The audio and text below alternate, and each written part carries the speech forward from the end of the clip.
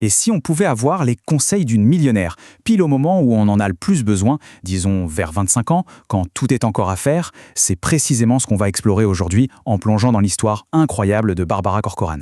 C'est une femme qui a littéralement bâti un empire à partir de ses échecs. Allez, c'est parti. Alors, petite question pour commencer, pensez-y une seconde. Quel est l'échec qui a vraiment défini votre vie ? Pour Barbara Corcoran, la réponse à cette question, ce n'est pas juste une petite anecdote. Non, c'est carrément le socle sur lequel elle a bâti toute sa fortune. Imaginez la scène, le choc. Vous avez 23 ans. Ça fait 7 ans que vous montez une boîte avec votre copain, votre partenaire de vie et de business. Et là, du jour au lendemain, il vous blague. Pour votre secrétaire. Ce n'est pas seulement un cœur brisé, là. C'est tout votre projet de vie, votre rêve pro qui part en fumée. Franchement, c'est le genre de truc qui mettrait n'importe qui KO. Et pourtant, des années plus tard, qu'est-ce qu'elle dit ? Dieu merci, tout ça est arrivé. Attendez, comment c'est possible ? C'est là que ça devient fascinant. C'est le début de la vraie leçon. Comment on fait pour transformer son pire cauchemar en sa plus grande force ? Alors voyons ça de plus près. Première grande leçon, l'art de transformer un échec en un véritable tremplin. Regardez bien ce contraste. D'un côté, sur le moment, c'est un coup de poignard, une trahison, la fin de tout. Et de l'autre, avec le recul, c'est en fait le point de départ de son propre empire, le fameux Corcoran Group. La fin de cette histoire, c'était en réalité le tout début de sa légende. Et cette citation, elle résume parfaitement l'idée, non ? Elle dit que ses plus grands succès viennent de plongeons ratés, qu'elle a su retourner à son avantage. La leçon pour nous, surtout quand on démarre. Chaque claque, chaque coup dur peut en fait cacher une opportunité. Le tout, c'est d'apprendre à la voir. Ok, on passe au deuxième pilier. Et attention, c'est peut-être le plus important de tous pour réussir, d'après elle. Il ne s'agit pas de talent, ni même d'intelligence, non. C'est une toute autre qualité. Cette qualité, c'est la résilience. Et sa définition, elle est hyper simple, hyper directe. Oubliez les grandes théories compliquées. Pour elle, la résilience, c'est une action, se relever. Encore et encore. Peu importe la violence du coup que vous prenez, l'important c'est de se remettre sur ses pieds. D'ailleurs, elle a une image géniale pour ça. La théorie du Jack in the Box, le diable en boîte, vous savez. Quand elle choisit d'investir dans quelqu'un, elle ne cherche pas la personne parfaite qui ne se trompe jamais, pas du tout. Elle cherche la personne qu'on peut enfoncer au fond de la boîte, mais qui va toujours ressortir d'un coup, avec le sourire et encore plus d'énergie. Et ce graphique, il parle de lui-même. Quand elle évalue un entrepreneur, pour elle, la résilience, c'est 90% du job. L'intelligence, à peine 10%. C'est assez radical comme vision, non ? Ça veut dire que la capacité à encaisser, à se relever et à continuer, c'est bien plus précieux que d'être un pur génie. Bon, maintenant, passons à des conseils un peu plus pratiques, surtout pour la vingtaine.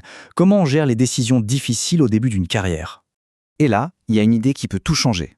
En gros, les choix faciles mènent à une vie difficile. Et les choix difficiles mènent à une vie plus facile. C'est paradoxal, mais pensez-y. Rester dans son confort aujourd'hui, suivre la foule, ça rend souvent la vie plus dure plus tard. Alors que faire le choix difficile maintenant, créer son propre chemin, c'est ce qui rendra la vie bien plus simple et gratifiante à long terme. Mais attention, le succès, ça a un prix. Pour Barbara, ce prix, ça a été de sacrifier sa vingtaine. On parle de journées de 18 heures, d'une concentration totale sur son but et d'accepter de rater pas mal de soirées entre potes. C'est un choix extrême, c'est clair, mais c'est ce qui lui a permis, avant même ses 30 ans, d'avoir 10 ans d'avance sur tout le monde. Et ça, c'est un point ultra important. Il faut absolument fuir la mentalité de victime. Se plaindre, blâmer les autres, les circonstances, c'est un piège, c'est une excuse facile qui ne mène nulle part. La vraie puissance, elle vient quand on assume l'entière responsabilité de sa vie. C'est la seule et unique façon de reprendre le contrôle et de pouvoir vraiment changer les choses.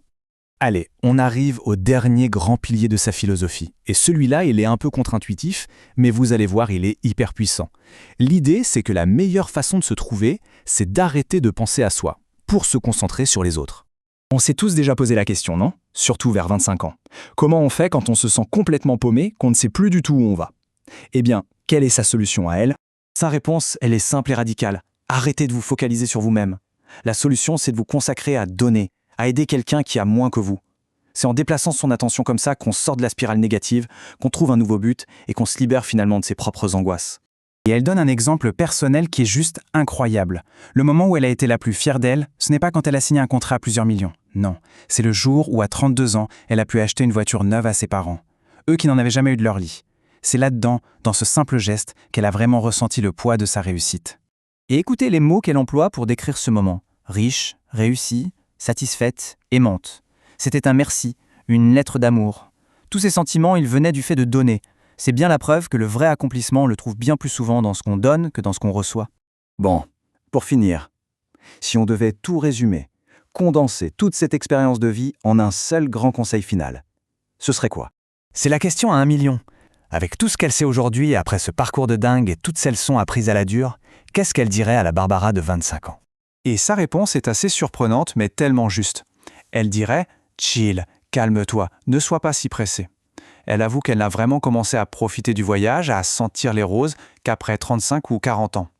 Après une vie passée à courir, son conseil ultime, c'est de ralentir. C'est un message hyper important, surtout aujourd'hui, non?